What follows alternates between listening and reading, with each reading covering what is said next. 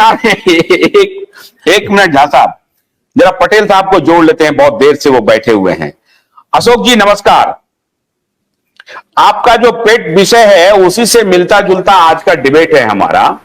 क्या पूरे देश भर में क्या पूरे देश भर में वोटर निराश हैं? जो फर्स्ट फेज का जो चुनाव हुआ है 102 सीट पे 20 राज्यों में, उसमें बहुत वोटर टर्नआउट बहुत कम है। बिहार में तो 50 का 47% के आसपास है, 47-48% के आसपास है। तो क्या ये जो निराशा है और एक तरफ जो पैसा बह रहा है चुनाव में, उससे भी लोग नाराज हैं?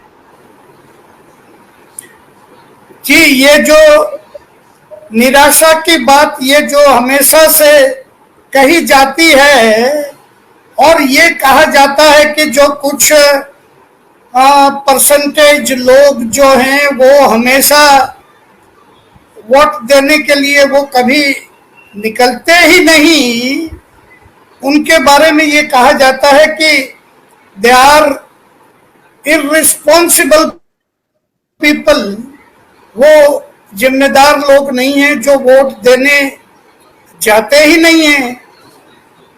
तो ये बात जो है मूलभूत रूप से बिल्कुल गलत है। सबसे ज्यादा विचारशील लोग वही हैं जो वोट देने जाते ही नहीं है। कि ये सारी बातें जो हो रही है वो सारे समझते ही हैं कि ये सारा तिकड़म जो चल रहा है, क्या वे सुन नहीं रहे? वे सब सुन रहे हैं। अभी अभी आपने सुना होगा कि मोदी जी ने कुछ एक बात ये कह दी कि भाई इन लोगों ने कभी, मनमोहन सिंह ने कुछ ऐसी बात कह दी थी कि यहाँ पर जो मुसलमान हैं उनका हक सबसे ज्यादा है।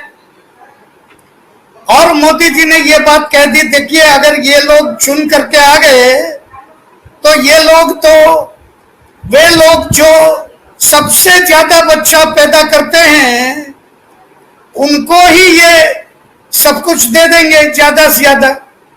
और महिलाओं से यहां तक कहा कि आपका वो सुहाग का निशान क्या कहते हैं उसको, आपका सोना, हाँ मंगल सूत्र, ये आपका मंगल सूत्र वगैरह भी लूट करके ले जाएंगे।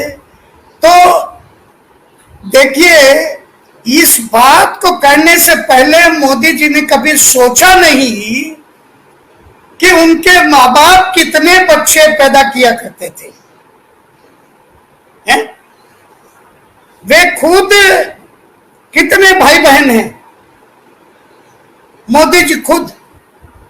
तो भाई ये जो मैं मानता हूं कि मोदी जी को, प्रधानमंत्री को इस तरह से आक्षेप नहीं करना चाहिए और ये प्रधानमंत्री की गरिमा को शोभा नहीं देता है। और कर्नल साहब इस पर बोलिए। मैं वोटर की निराशा पर बात कर रहा हूं। आज उनके बयान पर फिर से कभी करूंगा प्रोग्राम। आप बहुत बढ़िया बोल रहे हैं अशोक जी, बहुत बढ़िया बोल रहे हैं आप। मैं बिल्कुल संक्षिप्त में अपनी बात खत्म करता हूं। वोटर्स की निराशा का मूल कारण ये है, वो है electoral process of the country. हाँ बिल्कुल सही। ये जो दिक्कत है वो दिक्कत फ्रॉम द वेरी बिगिनिंग ये इलेक्टोरल प्रोसेस से है। As per the constitution democracy कहा गया और लागू कर दिया गया पार्टीक्रेसी। डेमोक्रेसी और पार्टीक्रेसी के बीच का जो तफावत है, जो डिफरेंस है, इसके ऊपर कोई बात नहीं कर रहा है। और पार्टीक्रेसी को डेमोक्रेसी बताए जा रहे हैं। मैं एक उदाहरण के द्वारा अपनी बात बिल्कुल खत्म करता हूं। समझ लीजिए कि हमारे पुरखों ने जो जद्दोजहद की थी साम्राज्यवाद के खिलाफ, इतना संघर्ष करके, भाई हमने क्या पाना चाहा था? भाई हमने पाना चाहा था लोकतंत्र। यानी कि हमारे पुरखों ने अपनी शहादत के द्वारा, अपने संघर्ष के द्वारा जो पेमेंट किया था वो लोकतंत्र का पेमेंट किया था। उदाहरण ये है कि आप पशु बाजार में चले जाओ, पशु बाजार में जहां पर कि जानवर बिक्री होते हैं, तो हमारे पुरखों ने पैसे दिए थे घोड़े के। घोड़ा हमें मिलना चाहिए था, घोड़ा। और क्योंकि घोड़ा हमने कभी देखा ही नहीं था, इसलिए हमारे पुरखों ने पैसे दिए घोड़े के, और इन्होंने हमें थमा दिया गधा।